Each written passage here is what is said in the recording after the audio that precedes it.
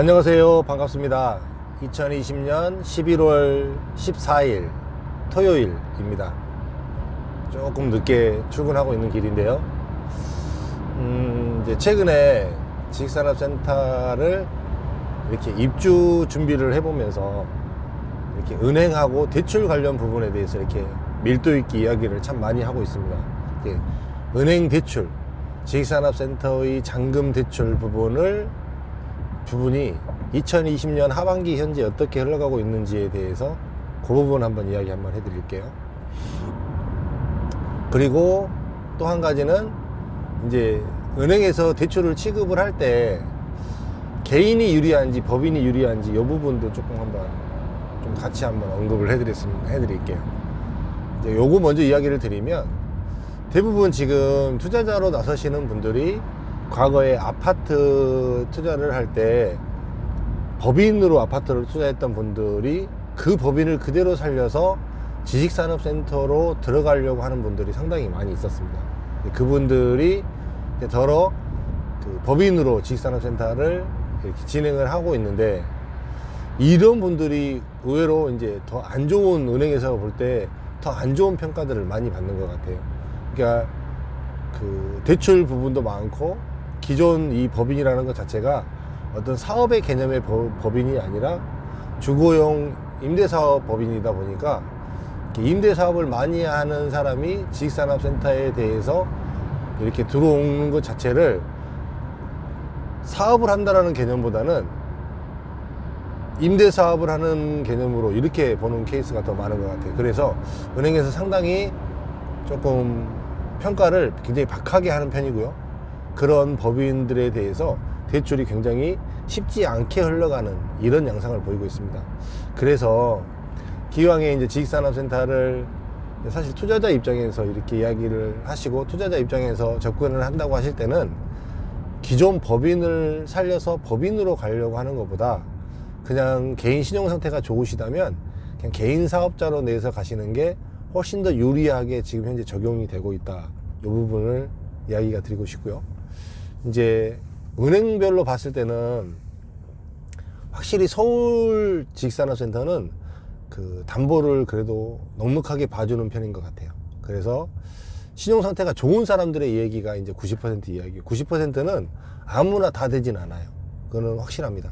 90%는 은행에서도 상당히 난색을 표하고 있고요. 은행에서도 만들어내기가 쉽지 않기 때문에 여러 가지 방법을 해야 되기 때문에 이제 여러 가지 부분들이 섞어져야 되는 개념이다 보니까 90%는 이제 개인 신용으로 봤을 때는 소득 수준도 상당히 높고요. 그 다음에 그 납세도 상당히 많이 하고, 그 다음에 또 신용 등급도 상위에 들어가는 사람들에 한해서 90% 대출이 나오는 것 같고요. 그 다음에 무난하게는 80% 대출은 정말 무난하게 나올 수 있는 그런 구조인 것 같습니다. 담보대출이 70%로 들어가고 추가 10%가 이제 신용대출로 들어가잖아요. 그렇기 때문에 80%는 무난히 가는 것 같고, 조금 양호한 사람들은 85%까지도 이렇게 어느 정도까지는 충분히 맞춰질 수 있는 이런 구도를 보이면서 잔금 대출이 되는 것 같아요. 그 다음에 이제 금리적인 부분을 봤을 때는 지금 사실은 시중에서 중소기업, 이렇게 지식산업센터에 들어오는 실제 기업들 입장에서는 중진공자금 같은 경우가 1%대 한 1.6, 7%? 이 정도대 나오거든요. 그 다음에 이제 진짜로 우량한 기업체들 같은 경우는 다 1%대 금리를 받을 수 있는데, 은행에서 상당히 많이 이제 지식산업센터가 많이 들어서고 있고, 또 이 지식산업센터를 사서 실제 사업하는 회사보다 임대사업으로 전환하려고 하는 사람들을 더 많이 감지는 하고 있습니다. 그런 것들이 감지하고 있는 것들이 금리로 그대로 바탕이 이렇게 저변에 깔리는 것 같고 반영이 되고 있습니다. 그래서 80% 수준이 2% 초반대, 뭐 85% 수준 정도 되면 2% 중후반대, 그 다음에 이제 어떻게든지 90%를 맞춰야 된다라고 했을 때는 거의 3%에 근접하는 금리를 보이는 것 같습니다. 상당히 요거보다는 조금 더 금리가 낮았음에도 불구하고 좀 더 이렇게 지식산업센터 금리가 조금 더 올라가고 있는 이게 은행에서 바라보는 거는 약간의 이 리스크 부분을 감안을 해서 올라가고 있는 이런 모습인 것 같거든요. 이런 부분들도 지금 현재 변화 중에 있고요. 아무래도 이제 은행적인 입장에서 봤을 때는 지금 이제 좀 약간 연말로 가고 있잖아요.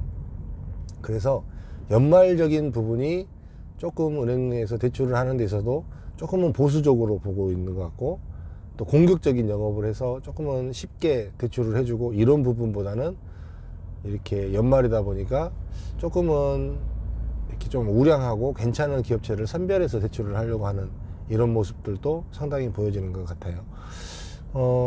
전체적으로 봤을 때는요, 이제 지식산업센터 자체가 아예 기본적으로 잡힌 것 같습니다. 대출은 80%가 기본이 잡힌 것 같고요. 이 80% 대출에서 이제 추가로 조금 더 신용이 좋은 사람은 10% 정도를 더해서 90%가 절대로 거짓말이 아닌 실제로 가능한 부동산이 되었고요. 이제 이런 부분들이 진짜로 임대가 맞춰지고 임대가 개런티가 될 수 있는, 또 좀 특화된 물건 이런 정도를 했다고 보면 상당히 많은 안정적으로 끌고 갈 수 있는 이런 부동산이 될 것 같다. 그 다음에 과거보다는 더 많은 사람들이 지금 지식산업센터에 관심을 가지고 들어오고 있기 때문에 이제 이게 거품이다, 뭐 이게 너무 분양가가 너무 과하지 않냐라는 이야기들도 상당히 많이 나오지만, 그래도 간다, 그래도 분양이 된다, 이렇게 보시는 게 맞습니다. 지금 현재 시장에서는, 시장 현재 흐름이 그렇고 시장에서 받아들이는 반응이 그렇습니다. 이제 이렇게 됐을 때는 지식산업센터도 이제 수익률 면에서는 상당히 하향적으로 조금은 눈높이를 낮춰서 봐야 되는 이런 시장이 되어 갔고요. 이제 가장 큰 메리트는 금방 앞에서 말씀드렸던 것처럼 자기 자금이 최소로 들어가서 투자를 할 수 있는 이런 구도. 그래서 참 좋은 물건들에 대해서는 정말 인기가 많습니다. 정말 인기가 많고, 분양받기가 정말 어려운 상황이, 어려운 시절이 분명히 되었다는 것은 맞는 말인 것 같습니다. 이런 부분들이 전체적으로 좀 참작하셔서 은행적인 부분들, 이런 것들 조금 이해하셔서 여러분들이 지식산업센터를 투자를 하시고, 아까 얘기 드렸듯이 기왕에 이제 개인이 이렇게 투자를 한다고 봤을 때는 그 법인보다는 개인 사업자로 내서 이렇게 가는 게 낫고, 이제 금액도 대출을 5억 미만으로 봤을 때는 그래도 이렇게 각 은행마다 정결로 끝날 수가 있거든요. 조금 빨리 대출 진행도 될 수 있고, 시뮬레이션도 좀 빨리 돌려볼 수 있어요. 이게 5억 미만으로 이렇게 개인이 했을 때는 하는 것이 조금은 편하게 되는 것 같고, 대출 비율이 10억이 넘어가게 되면 상당히 여러 가지를 고려해서 감안을 하는 것 같은 이런 부분들이 보여집니다. 전체적으로 은행에 대해서 한번 이야기를 드렸고요. 이제 가장 최근의 이야기니까요. 그래도 상당히 많이 근접한 이야기고요. 제가 최근에 이렇게 많은 은행 관계자분들을 만나면서 이렇게 전체적인 부분들을 판단해서 지금 드리는 이야기니까 상당히 많이 좀 근접한 이야기니까 이 정도로 판단하시고 향후 들어오시는 분들은 이렇게 판단을 해보시면 좋을 것 같습니다. 참 토요일인데 오늘 참 미세먼지가 많은 날이네요. 네, 그렇습니다. 오늘도 좋은 날 되시고 11월도 니엇니엇 가고 있습니다. 좋은 날 되시고 행복한 날 되시기 바라겠습니다. 고맙습니다.